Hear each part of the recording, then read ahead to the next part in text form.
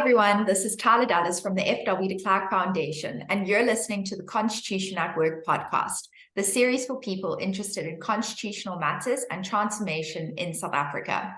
Today, we are talking about the Electoral Amendment Act and the impact it may have on political rights. As always, I'm joined by Steward, Chairperson of the FW de Klerk Foundation, and with us today is Ismail Joosub, the Foundation's research intern. Thank you both for joining me, and with that, let's jump straight in. Ismail, bring the audience up to speed. When was the Act passed into law, and what has been the general response to it? Thank you very much, Tyla. Well, the Electoral Amendment Bill was passed by Parliament on the 23rd of February 2023 and was subsequently signed into law by President Ramaphosa on the 17th of April 2023. Now, while South Africa still remains a functioning democracy with regular elections and a multi-party system of democratic governance, this new law fails in many respects to ensure the accountability, responsiveness, and openness required of our political institutions and representatives. It therefore presents a missed opportunity for the improvement and reformation of the constituency system, and as it currently stands, may present a threat to the political rights of all South Africans. And so we believe that this was not the reform that was lobbied for by civil societies, whose cries of unconstitutionality into the law have gone unanswered, and that by signing this new law, the president has squandered the chance to adequately address the reform so desperately required by the electoral system. Thank you, Ismail. Certainly a mouthful. So Dave, in your thoughts, do you agree with what Ismail said? Why was this act needed? What was wrong with the Electoral Act as it stood?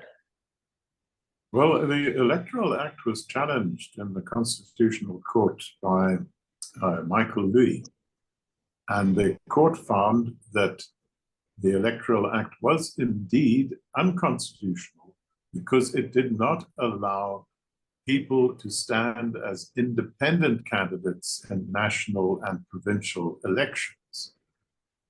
The only way that you could get into Parliament was if you were a member of a political party. And the court then gave the government 2 years to draft a new law that would make provision for independent candidates. And the new Electoral Act is the result of that process. But as Ismail points out, it is in so many ways absolutely unsatisfactory. So Ismail, can you expand on those ways a bit, specifically in reference to an article you wrote on the Amendment Act, where you said it represents a missed opportunity for the reform of the electoral system and to hold or to make elected representatives accountable to the voters of South Africa rather than to their party bosses? How does this act specifically miss the mark? Well, the Act seeks to accommodate independent candidates in multi-member constituencies based on entire provinces with the following unacceptable implications. Firstly, province-sized constituencies would simply be too large to permit the special type of relationship required between the elected representatives and their communities that true responsiveness and openness requires. Secondly, the newly accommodated independent candidates, who by their very nature generally emerge from specific communities, would find it difficult to compete effectively in single province-style constituencies and would be at a great disadvantage compared to much better resourced political parties. And thirdly, the Act would also give an unfair advantage to candidates backed by political parties by requiring that independent candidates to garner more than 8,000 voter signatures to be eligible to register for elections, whilst unfairly political parties would require just 1,000 signatures. Now, should successful independent candidates vacate their seats, the Act would require a recalculation of representation that could result in their seats being filled by members of political parties instead. This problem could have been easily resolved by making provision for vacancies to be filled through by-elections, a point that was raised through multiple submissions to Parliament.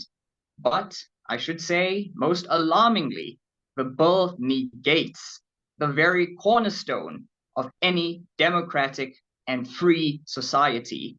One man, one vote. Candidates would be elected if they receive a previously calculated quota of votes. But votes for independent candidates that exceed this quota would simply be lost, and all votes cast for candidates who are members of political parties would accrue to their parties for the purposes of proportional representation. Now, this would result in a constitutionally unacceptable situation in which votes cast for independent candidates would have less value than votes cast for members of political parties. So, Dave, electoral reform of this nature has been contemplated before. In March of 2002, the government appointed an electoral task team under the chairmanship of Dr. Frederik van Zyl-Slabbert to draft new electoral legislation required by the Constitution. What did the van Zyl-Slabbert Commission recommend? Well, after considerable consultation and thought, the task team recommended that we should continue to have 400 members of parliament. 100 members should still be elected on a proportional basis, according to party lists, but 300 members should be elected on a constituency basis, on a multi-member constituency base. Van Zyl-Slabbert envisaged 69 constituencies, and there would be a number of different number of candidates ranging from 3 to 7 to 8, according to the size of the constituency. Now, the really important thing about this is that it would create a direct link between voters and their representatives in Parliament. The members of Parliament would be accountable in the first place to voters, the people who had elected them. And this, I think, would strengthen the democracy. One of the great weaknesses of our system during the past decades has been the fact that Parliament has not carried out its oversight function correctly. And the reason is very simple to see. They're trying to have oversight over their bosses. So they know very well that in terms of Section 47(c)(3) of the Constitution, if they lose their membership of the party on whose list they were elected to Parliament, they get kicked out of Parliament. That means the end of the job, the end of their income, etc., etc. So this gives party bosses an absolute control over members of Parliament. And it means that Parliament cannot carry out that crucial oversight role that is one of its main functions. And it was because of Parliament's failure to do this that many of the aberrations of state capture took place. So this was an enormous missed opportunity. This was an opportunity for the government to make Parliament much more powerful and much more accountable to the voters. So why did the government not do that? Perhaps they don't want a Parliament that is going to tell them that they're doing the wrong things. So would this Van Zyl-Slabbert Commission report have included independent candidates, or is that something that we've only seen come out from the Constitutional Court judgment, Dave? No, I think the Constitutional Court judgment put the ball into the government's court. It said that the Electoral Act must be changed to make it possible for independent candidates to stand in national and provincial elections. But the dog's breakfast that they have come up with, this new Electoral Act, doesn't do that by any stretch of the imagination. There's no way that this can be acceptable, because as Ismail has pointed out, it violates the fundamental principle of every voter's vote being of equal value. And it means that the candidates who would stand as independent candidates would be at an enormous disadvantage. And it absolutely destroys the idea that independent candidates should have the ability to represent the smaller groups from which they come. That was the whole idea of independent candidates. And that disappears entirely if you have to compete in province-size electorates, constituencies. So the government has failed completely, in our opinion, to carry out the function, the construction of the Constitutional Court. But what are the implications of this now? It is very, very likely that the new Electoral Act will be challenged in the courts before our next national election in 2024. What happens if the Constitutional Court finds the new Electoral Act unconstitutional, as may very well happen? Then I think the court would be confronted with a very difficult situation. It would have two choices. It could either say, look, we send this instruction back to the government to write a proper electoral act that makes proper provision for independent candidates, but we realize that this cannot be done in time for the 2024 election, in which case they would probably say that the 2024 election must be held either in terms of the old Electoral Act or in terms on a one-off basis under the new Electoral Act. But the new Electoral Act is so unacceptable that I doubt whether they would choose that latter option. Well, the court will certainly be in a difficult position when it comes to that, but so will the Electoral Commission. Ismail, how would this impact the IEC from doing their job when it comes to the national elections in 2020? Thank you. Well, to allude to and reiterate what Dave had been saying, the Electoral Commission of South Africa, the IEC, has indicated that it would require some 18 months to prepare for elections, meaning that any further delay that might arise from a successful challenge to the new act might completely jeopardize the 2024 elections. Furthermore, the only way that the election could be postponed would be by the adoption of a constitutional amendment or by a ruling by the Constitutional Court, both of which are very unlikely. Now, all this would create a serious problem for the IEC.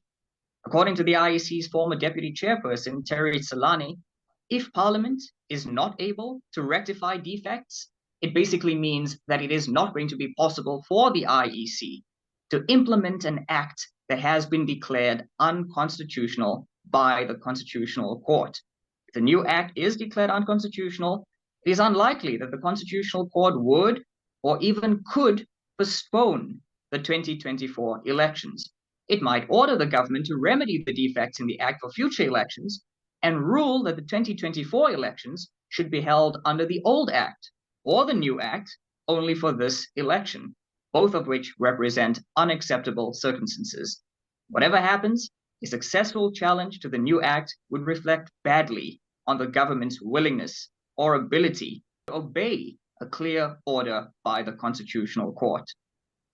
So you've both given us an overview of the act. You've given us an overview of what's likely to happen now that we have this act signed into law and the impact it's going to have on the 2024 elections. What should the public do in response to this? Those that are listening in right now, could public pressure bring about the change that we need in the system? Dave? This is something that affects every voter in South Africa. It deprives voters of the right to vote for people that they really might want to vote for if they're independent candidates.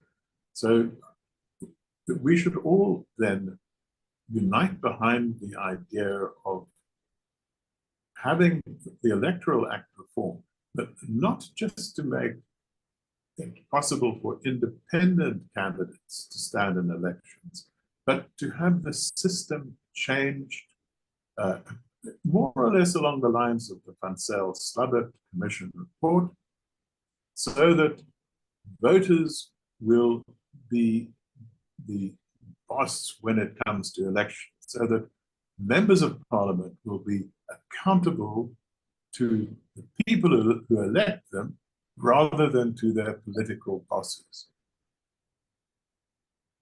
Thanks, Dave. And Ismail, any further comments? Well, I agree with Dave. I think that we should all preach the gospel of constitutionality and reform and line up to a politically reformed solution that is more in line with the Van Zyl-Slabbert report. This is a matter of paramount importance, as Dave has said, it affects the Section 19 political rights of all South Africans, and therefore it is of the utmost importance to make sure that a properly defined constitutional system is in order. Well, thank you both for joining us, and thank you to the audience for tuning into this episode of the Constitution at Work. Remember to like, subscribe, and turn on post notifications to be alerted when our next video is up. If you have any feedback on today's episode, please feel free to have your say in the comments section. You can also follow us on Facebook, Instagram, LinkedIn, and Twitter at FW de Klerk Foundation to keep up with our latest news. We look forward to checking in again soon.